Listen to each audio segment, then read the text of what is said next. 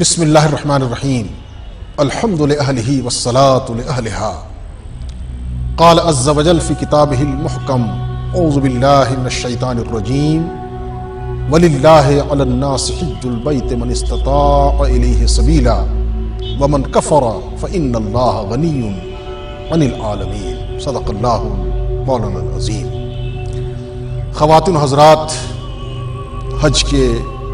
مقدس ایام کا آغاز ہونے جا رہا ہے اور پوری دنیا سے حجاز محترم کی طرف سفر کی تیاریاں زور و شور سے جاری ہیں۔ وہ خوش نصیب جن کو اللہ تعالیٰ نے امسال حج کی سعادت بخشی ہے، وہ عازم حج ہو رہے ہیں اور محو سفر ہیں۔ اب حج اصل میں، جیسا کہ تمام مسلمان واقف ہیں، اسلام کا سب سے آخری اور 5واں رکن ہے۔ حج کی فرضیت باقاعدہ رسول رحمت صلی اللہ علیہ وسلم پر سن 9 ہجری میں ہوئی۔ اس کے بعد رسول اکرم صلی اللہ علیہ وسلم نے خلیفہ اول حضرت ابوبکر صدیق رضی اللہ تعالیٰ عنہ کو امیر حج بنا کر حرمین شریفین یعنی حج کی ادائیگی کے لیے مدینہ طیبہ سے مکہ مکرمہ روانہ فرمایا۔ اس کے بعد حضرت علی کرم اللہ تعالیٰ وجہہ تشریف لے گئے۔ خصوصی اللہ کی وحی اتری سورہ توبہ، جس کی تشہیر اور اشاعت کرنی تھی، اور پھر سن 11 ہجری میں رسول کائنات حضرت محمد مصطفیٰ صلی اللہ علیہ وسلم نے جو حج فرمایا، جس حجۃ الوداع بھی کہا جاتا ہے، اور کم و بیش 1,40,000 صحابہ کرام کا قافلہ آپ کے ساتھ ہے۔ اس مرحلے پر آپ نے جو خطبہ دیا، اس میں یہ بات بھی آپ نے واضح کر دی کہ حج کے فرائض، مناسک، احکام سب کچھ مجھ سے سیکھ لو، شاید اگلے سال تمہارے ساتھ ملاقات ہو یا نہ ہو۔ چنانچہ حج کے تعلق سے رسول اکرم صلی اللہ علیہ وسلم نے عملی طور وہ سب کچھ کر کے دکھایا۔ صحابہ کرام نے اس کی نقل اتاری، اور پھر وہ تمام مناسک اور حج کے جو ارکان ہیں، فرائض ہیں، واجبات ہیں، سنن ہیں، مستحبات ہیں، ان تمام چیزوں کی بڑے پیمانے پر تشہیر اور اشاعت ہوئی۔ حج چونکہ زندگی میں ایک ہی بار فرض ہے مسلمان پر، عاقل، بالغ، مرد، عورت، شہری، مقیم، صاحب حیثیت، صاحب استطاعت، جو اپنے وطن سے خانہ کعبہ تک کے سفر کی استطاعت رکھتا ہو، گنجائش رکھتا ہو، اس پر حج فرض ہو جاتا ہے۔ اور سورہ آل عمران کی جو مقدس آیت کریمہ میں نے بھی تلاوت کی ہے، اس کا مفہوم یہی ہے۔ اللہ تعالیٰ فرماتے ہیں کہ وَلِلَّهِ عَلَى النَّاسِ حِجُّ الْبَيْتِ مَنِ اسْتَطَاعَ إِلَيْهِ سَبِيلًا، کہ اللہ تعالیٰ نے ہر اس فرد پر، مسلمان پر حج کو فرض قرار دیا ہے جو خانہ کعبہ تک کے سفر کی استطاعت اور سفر کی گنجائش رکھتا ہو۔ استطاعت اور گنجائش سے مراد یہی ہے کہ جب تک وہ سفر میں ہے، اس کے گھر والے، اس کے اہل و عیال، ان کے جو اخراجات ہیں وہ سب وہ پورے کر سکتا ہو، اور کوئی دشواری پریشانی نہ ہو، کسی طرح کا قرض نہ ہو،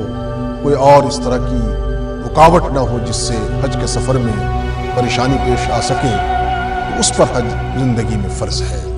پھر اللہ تعالیٰ آگے فرماتے ہیں کہ فَإِن كَفَرَ، جس نے اس سفر کا یعنی حج کا انکار کیا،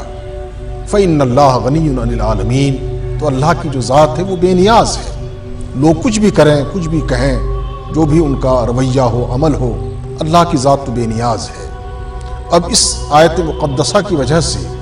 بعض مفسرین اور محققین یہ بھی فرماتے ہیں کہ من کفر سے مراد کہ جس نے حج کا انکار کیا،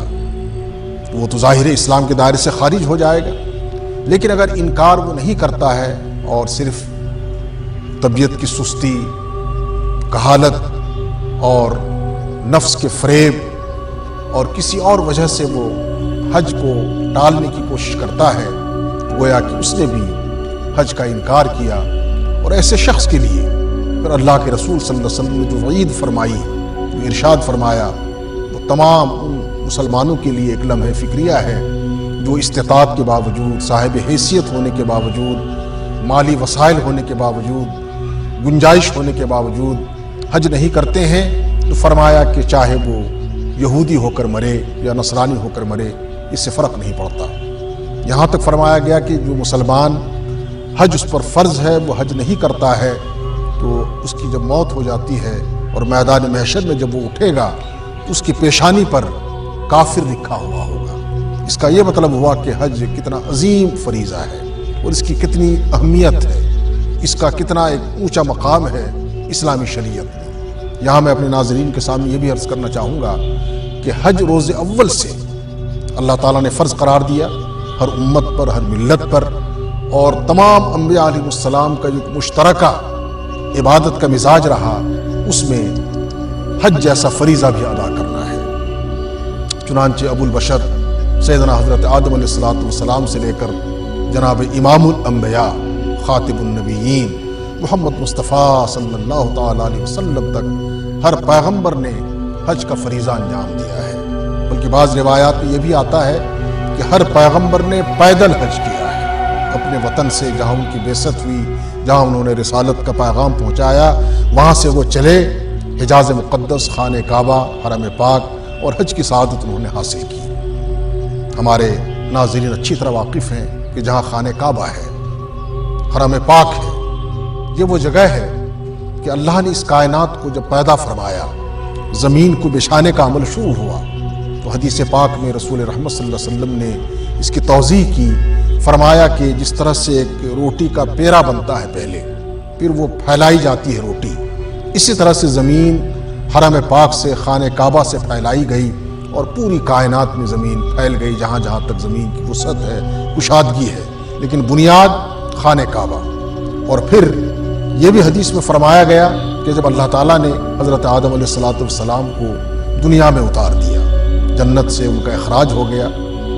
معاملات سب کو معلوم ہیں، وہ تشریف لائے تو ان کے دنیا میں آنے کے ساتھ ساتھ اللہ تعالیٰ نے خانہ کعبہ کو جنت سے مکہ مکرمہ میں حرم پاک کے اندر اتارا، اور یہ اللہ تعالیٰ نے ہدایت دی کہ یہ میری پرستش اور عبادت کا گھر ہے، اور پہلی بنا ہے وہ جس سے حضرت آدم علیہ السلام نے بنیاد ڈالی اور اس کی عبادت کرتے رہے، جس کو علامہ اقبال نے بھی فرمایا ہے کہ دنیا کے بتکدے میں پہلا وہ گھر خدا کا، ہم اس کے پاسباں ہیں، وہ پاسباں ہمارا۔ حرم پاک یا خانہ کعبہ ہمارے خوش نصیب حجاج کرام جو اللہ کے گھر کی زیارت کو جا رہے ہیں، حج کا فریضہ انجام دینے جا رہے ہیں، کتنی بڑی سعادت ان کے لیے ہے۔ وہاں وہ ایک فرض پڑھیں گے تو 1,00,000 فرض کا انہیں اجر ملے گا۔ ایک روزہ کوئی مکہ مکرمہ کے اندر رکھے تو 1,00,000 روزوں کا اجر و ثواب، 1 روپیہ اللہ کے راستے میں خرچ کرے تو اسے 1,00,000 روپے کے اللہ کے راستے میں خرچ کرنے کا اجر و صلہ، تو نیکیوں کا اتنا بڑا گراف بڑھ جاتا ہے۔ مقدس جگہ، اس کی وجہ یہی ہے کہ اللہ کی تجلیات کا مرکز ہے وہ، اور جہاں خانہ کعبہ ہے، حدیث پاک میں رسول اکرم صلی اللہ علیہ وسلم نے فرمایا کہ جہاں اوپر عرش اعظم ہے، اللہ تعالیٰ کا عرش، کرسی، جہاں اللہ تعالیٰ کی انوارات کی ہمیشہ بارش ہوتی رہتی ہے، اللہ کے نور اور نکھت کا جہاں ایک طرح سے ورود ہوتا رہتا ہے، نزول ہوتے رہتا ہے، ٹھیک اسی کے سیدھ میں زمین پر خانہ کعبہ ہے۔ اس گھر کی زیارت کی سعادت مل رہی ہے، اس کے جو آداب ہیں، اس کے جو حقوق ہیں، حج کرنے کے حوالے سے جو فرائض ہیں اور جو ذمہ داریاں ہیں، ان پر گفتگو کی جائے گی۔ لیکن میں سب سے پہلے یہ عرض کرنا چاہوں گا اپنے تمام عازمین سے، حجاج کرام سے بڑے ادب احترام کے ساتھ، کہ وہ اس سفر محمود میں نکلنے سے قبل یہ ذہن نشی کریں کہ وہ کتنے خوش نصیب ہیں کہ اللہ کے گھر کی انہیں زیارت نصیب ہو رہی ہے۔ قرآن مجید میں اللہ تعالیٰ نے اعلان فرمایا ہے کہ جب خانہ کعبہ کی حضرت ابراہیم علیہ السلام نے بنیاد استوار کی، کیونکہ ہمیں معلوم ہے کہ حضرت آدم علیہ السلام کے بعد جب طوفان نوح آیا ہے تو خانہ کعبہ اس میں شہید ہو چکا ہے، بالکل منہدم ہو چکا ہے۔ حضرت ابراہیم کو پھر اسی بنا پر تعمیر کا حکم ملا، ابراہیم نے خانہ کعبہ کی بنیاد ڈالی، اور جب خانہ کعبہ کی تکمیل ہو گئی اپنے فرزند کے ساتھ انہوں نے ان کو مکمل کیا، تو اللہ تعالیٰ نے حکم دیا کہ آپ اعلان کریں کہ اس گھر کی زیارت کو لوگ دنیا بھر سے آنے کی کوشش کریں۔ حضرت ابراہیم نے عرض کی باری تعالیٰ، یہ بے آب و گیا میدان، یہاں نہ کوئی آبادی ہے، نہ کوئی بستی ہے، نہ آواز پھیلانے کا کوئی ذریعہ ہے، یہاں سے میں کس طرح آواز بلند کروں؟ اللہ نے حکم دیا کہ آپ کا کام اعلان کرنا ہے۔ حضرت ابراہیم نے اعلان کیا تو حدیث میں فرمایا گیا کہ جو شخص جہاں تھا، یہاں تک کہ قیامت تک جو لوگ پیدا ہونے والے ہوں گے، جو ماں کے شکم میں ہوں گے، جو باپ کے صلب میں ہوں گے، انہوں نے وہیں سے لبیک کہا ہے تو ان کو حج کی سعادت حاصل ہوتی ہے۔ جس نے ایک مرتبہ لبیک کہی اسے ایک بار حج کی سعادت، جس نے 2 بار لبیک کہی 2 مرتبہ حج کی سعادت، علی ھذا القیاس 3 بار 4 بار 10 بار جتنی بار جنہوں نے لبیک کہی ان کو حج کی اتنی مرتبہ سعادت حاصل ہوتی رہتی ہے۔ بہرکیف حج کا سفر، اور میں نے عرض کیا کہ حج زندگی میں ایک بار فرض ہے، لیکن رسول اکرم صلی اللہ علیہ وسلم فرماتے ہیں کہ جس نے زندگی میں 2 حج کر لیے، 2 بار حج کیا تو اس نے اللہ کو قرض دے دیا، اور جس نے تیسرا حج بھی کر لیا تو اللہ تعالیٰ پر واجب ہو گیا کہ اس کو وہ جہنم کی آگ سے بچائیں۔ حاجی کا اعزاز، اس کا اکرام اور اس کا مقام حدیث پاک ہے۔ رسول اکرم صلی اللہ علیہ وسلم فرماتے ہیں کہ حج کرنے کے بعد جب مسلمان لوٹتا ہے تو اس طرح سے وہ گناہوں سے پاک اور معصوم ہو جاتا ہے جیسے ماں کے پیٹ سے معصوم بچہ پیدا ہوتا ہے۔ بہرکیف یہ سعادت بے شمار خوش نصیبوں کو مل رہی ہے، لاکھوں کی تعداد میں پورے بر صغیر سے، پوری دنیا سے لوگ حرمین شریفین کی زیارت کی تیاریوں میں لگے ہیں، اور ہم ان سب کو دلی تہنیت اور مبارکباد پیش کرتے ہیں۔ اللہ تعالیٰ نے انہیں موقع دیا اور انہیں یہ سعادت بخشی کہ وہ اللہ کے گھر کی براہ راست زیارت کریں، اللہ کے گھر میں لبیک اور لبیک کا ترانہ بلند کریں، اور اللہ کے حضور جا کر براہ راست وہ معافی کا پروانہ لے کر آ جائیں۔ اس لیے کہ حاجی اتنا اس کا اہم مقام ہے، اتنی اس کی عظمت ہے کہ جا بجا اللہ تعالیٰ نے ایک تو قرآن مجید میں حج کے حوالے سے ہدایات دی، پھر ان ہدایات کی مزید توضیح اور تشریح اور تفصیل جناب امام الانبیاء حضرت محمد مصطفیٰ صلی اللہ علیہ وسلم نے اپنے ارشادات میں فرمائی ہیں۔ تو ایک حاجی کو سفر میں روانگی سے قبل اولاً تو یہ کرنا ہے کہ جتنے حقوق اس کے ہیں اس کو وہ ادا کرنے کی کوشش کرے۔ ایک ہے حق اللہ اور ایک حق العباد۔ مثلا حج سے قبل اگر حقوق العباد کچھ اس کے ذمے ہیں،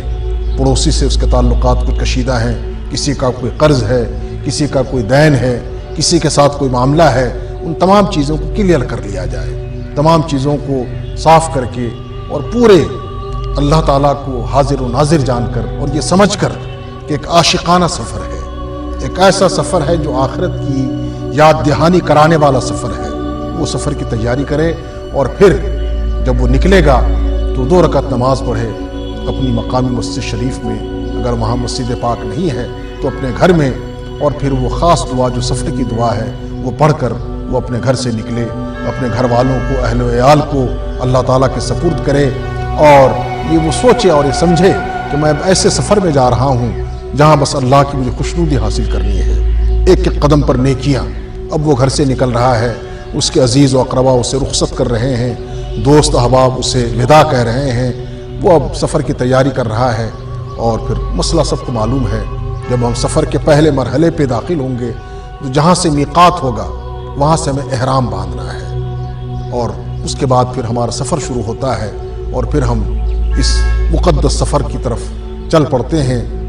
اب چونکہ آج لاکھوں کی تعداد میں لوگ اس سفر کو جا رہے ہیں، حکومتی انتظامات ہیں،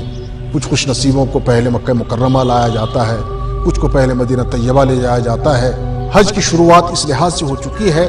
قرآن مجید میں اللہ تعالیٰ نے جس طرح فرمایا الحج اشہر معلومات، کہ حج کے ایام، اس کے مہینے، اس کے اوقات، دن، یہ سب بالکل واضح ہے، کلیئر ہے۔ تو اصل حج تو ذی الحج کے بالکل پہلے ہفتے کے آخری ایام میں شروع ہوگا، لیکن شروع کی جو تیاریاں ہیں، اس سفر میں جو دشواریاں پیش آ سکتی ہیں، ان چیزوں کو، ان تمام نزاکتوں کو بھی ایک عازم کو، ایک سفر محمود میں جانے والے کو ذہن میں رکھنا ہے۔ سفر کے بارے جیسا کہ کہا جاتا ہے کہ سفر بہرحال ایک قطعۃ من النار، جیسے آگ کے گولے سے کھیلنا ہے۔ اگرچہ آج سہولیات بہت ہیں، کوئی پریشانی زیادہ نہیں ہوتی، مہینوں کا سفر گھنٹوں میں پورا ہو جاتا ہے، اور گھنٹوں کا سفر منٹوں میں پورا ہو جاتا ہے، تو اس لحاظ سے سہولیات بہت زیادہ ہیں۔ لیکن اس کے باوجود اس سفر میں اگر کہیں کوئی پریشانی پیش آ جاتی ہے، کہیں کوئی مشقت کا سامنا کرنا پڑتا ہے، تو عازم کو، حاجی کو صبر اور تحمل کا مظاہرہ، برداشت کا مظاہرہ، جو ان کے رفقائے کرام ہیں، جن کے ساتھ وہ ہیں، ان کے ساتھ حسن سلوک، بہتر رویہ، اور کوشش کریں کہ ایک دوسرے کی خدمت کرنا، تاکہ سفر ہر لحاظ سے ایک میٹھا سفر ہو، ہر لحاظ سے زیادہ ایک عازم اور حاجی اجر و ثواب اپنے دامن میں لا سکے۔ تو حج کا سفر شروع ہو رہا ہے، حقوق آپ نے ادا کر لیے، اور سفر کی طرف اب آپ کا پورا دھیان، پوری آپ کی توجہ ہے، اور یہ تصور کریں کہ اب اللہ تعالیٰ نے آپ کو اپنے گھر میں بلا لیا ہے، خاص مہمان ان کے آپ بن رہے ہیں۔ اور یہی وجہ ہے رسول کائنات صلی اللہ علیہ وسلم فرماتے ہیں کہ ایک حاجی جب حرم پاک کے اندر داخل ہوتا ہے، مکہ مکرمہ پہنچتا ہے، تو خانہ کعبہ پر اس کی نظر پڑتی ہے تو نگاہ پڑتی اس کے گناہ معاف کر دیے جاتے ہیں۔ کتنی بڑی سعادت! اور پھر روزانہ اللہ تعالیٰ کے رسول حضرت محمد مصطفیٰ صلی اللہ علیہ وسلم فرماتے ہیں کہ 120 رحمتیں اللہ کی خانہ کعبہ پر اترتی ہیں، ان میں سے 60 رحمتیں خاص طور پر حرم پاک کے طواف کرنے والوں پر اترتی ہیں۔ ان رحمتوں کے آپ مورد بن رہے ہیں، ان رحمتوں کا آپ پر بارش ہونے والی ہے، اس لحاظ سے آپ کو ایک ایک پل اللہ کی رضا کے لیے وہاں گزارنا ہے، اللہ کی خوشنودی کی خاطر۔ مثلاً آپ پہنچ گئے مکہ مکرمہ، جہاں آپ کا قیام ہے، آپ کوشش کریں کہ ہر نماز آپ حرم پاک کے اندر ادا کریں، کوئی جماعت چھوٹنے نہ پائے، زیادہ سے زیادہ طواف، اور خانہ کعبہ پر نظر پڑتے ہی لبیک اللہم لبیک کی صدائیں بلند کرنا، یہ ترانہ بلند کرنا، یہ تمام چیزیں لوازمات میں سے ہیں۔ اس کے بعد پھر وقوف عرفہ ہوگا، اور عرفے میں قیام ہی اصل حج ہے، پھر منا اور مزدلفہ، اور پھر سعی صفا و مروہ کی، پھر اس کے بعد طواف وداع۔ یہ تمام چیزوں کا جس طرح سے شریعت نے حکم دیا ہے، جس طرح سے طواف کرنا ہے، کس طرح سے رمل کرنا ہے، کس طرح سے سعی کرنی ہے، کس طرح سے قربانی کرنی ہے، کس طرح سے پھر حلق کرنا ہے، قصر کرنا ہے، کس طرح سے بال صاف کرنے ہیں، ان تمام چیزوں کا خیال رکھیں گے۔ تو یہ سفر ایک عاشقانہ سفر ہے، ایک ایسا سفر جس سے آخرت کی یاد تازہ ہوتی ہے، جو مناسک ہیں، جو وہاں کے رسومات ہیں، ان کو ادا کرنا، ان تمام چیزوں کا خیال رکھنا کہ کوئی چیز اسلامی شریعت کے خلاف نہ ہو جائے۔ جو تعلیم اور ہدایت رسول رحمت صلی اللہ علیہ وسلم نے دی ہے، اسی طرح سے آپ کا حج ہو اور اللہ تعالیٰ قبول فرمائے، حج مبرور ہو جائے، وہ حج مقبول ہو جائے، اس بات کی کوشش ہو۔ تو آپ بہرحال پہلے مکہ مکرمہ پہنچے ہیں، یا حکومتی جو نظام ہے اس کے تحت آپ کو اگر مدینہ طیبہ لے جایا گیا ہے، جہاں شہنشاہ کائنات حضرت امام الانبیاء محمد مصطفیٰ صلی اللہ علیہ وسلم کی آرام گاہ ہے، گنبد خضرا ہے، مسجد نبوی صلی اللہ علیہ وسلم ہے، جہاں ایک رکعت نماز آپ پڑھیں گے تو 50,000 رکعت کا ثواب ہے۔ تو اس اجر کو بھی آپ ضائع کرنے کی کوشش نہیں کریں گے۔ صبح شام گنبد خضرا میں حاضری، صلاۃ و سلام کا نذرانہ پیش کرنا، رسول اکرم صلی اللہ علیہ وسلم پر کثرت سے درود پاک بھیجنا، یہ آپ کے معمولات میں شامل رہے۔ قرآن مجید کی تلاوت بھی ہو، ذکر و اذکار بھی ہوں، تسبیح و تحلیل بھی ہو، اور لبیک اللہم لبیک کی صدا بھی بلند ہو۔ یہ تمام چیزیں ایک حاجی کے لیے انتہائی لازمی ہیں۔ ایسا نہ ہو کہ ہمارے خوش نصیب حجاج کرام حج کو جا رہے ہیں، لیکن وہاں جا کر وہ زیادہ آرام فرما رہے ہیں، تفریح کر رہے ہیں، شاپنگ میں لگے ہیں، غیر ضروری کاموں میں لگے ہیں، ادھر ادھر گھوم رہے ہیں، یا نیند کر رہے ہیں۔ یہ موقع تھوڑے دوبارہ آئے گا، غنیمت ہے، پھر موقع ملے نہ ملے، اور بہت کم ہوتا ہے کہ ایک حاجی جب حج کر لیتا ہے پھر دوبارہ اسے ساتھ مل پاتی ہے، الا ماشاء اللہ۔ تو بسا غنیمت، یہ تصور میدان عرفات میں کہ جیسے میدان محشر ہے، نفسی نفسی کا عالم، بے کسی بے بسی کا عالم، جس طرح سے لباس وہاں آپ کے جسم میں نہیں ہے، صرف احرام کی حالت میں آپ ہیں اور احرام باندھے ہوئے ہیں آپ، اسی طرح جیسے کفن ایک مردہ باندھتا ہے اور میدان محشر میں اٹھتا ہے، یہی حال میدان عرفات کا ہوتا ہے۔ اور پھر لاکھوں لوگ، زبانیں الگ ہیں، رنگ الگ ہے، نسل الگ ہے، کیفیات الگ ہیں، چہروں کے نقش و نگار الگ ہیں۔ تو اس مرحلے پر بھی یہ تصور کرنا کہ جیسے ہم آخرت کے میدان میں کھڑے ہیں اور اللہ کے حضور ہمیں کھڑا کیا جا رہا ہے، اور پھر وہاں جس طرح سے آپ کو اسلامی تعلیمات میں ہدایت دی گئی ہے ان کا اہتمام کرنا، یہ حج کا مختصر خلاصہ ہے۔ ہر خوش نصیب اور سعادت مند جو اس سفر میں ہیں، جو جا رہے ہیں اور اللہ نے انہیں بلایا ہے، وہ اللہ کے مہمان بن چکے ہیں۔ اور مہمان کا جو اپنا ایک مزاج ہوتا ہے کہ میزبان جس طرح سے ان کو رکھے، جس طرح سے ان کی مدارات اور خاطر کرے، وہ خوش اور راضی رہتا ہے۔ یہی کیفیت ایک حاجی کی ہونی ہے۔ وہاں کوئی شکوہ شکایت نہیں، کوئی غیبت گالی گلوچ نہیں۔ تو حج کے حوالے سے خود اللہ تعالیٰ نے قرآن مجید میں فرمایا ہے کہ ولا رفث ولا فسوق ولا جدال فی الحج، کہ فسق و فجور، گناہ کی باتیں، گالی گلوچ، غیبت، بدگوئی، ان چیزوں کی قطعی گنجائش نہیں ہے۔ حج اس سے خراب ہو جائے گا، حج متاثر ہو جائے گا، بلکہ بعض اوقات حج باطل بھی ہو سکتا ہے۔ تو ان تمام نزاکتوں کا خیال رکھنا ضروری ہے کہ ہر حاجی اس بات کی کوشش کرے کہ حج میں جانے سے قبل وہ حج کے آداب کے تعلق سے چھوٹی موٹی کتابوں کا، رسائل کا مطالعہ کرتا رہے، وہ دیکھتا رہے، چونکہ حج ایک پریکٹیکل عمل ہے۔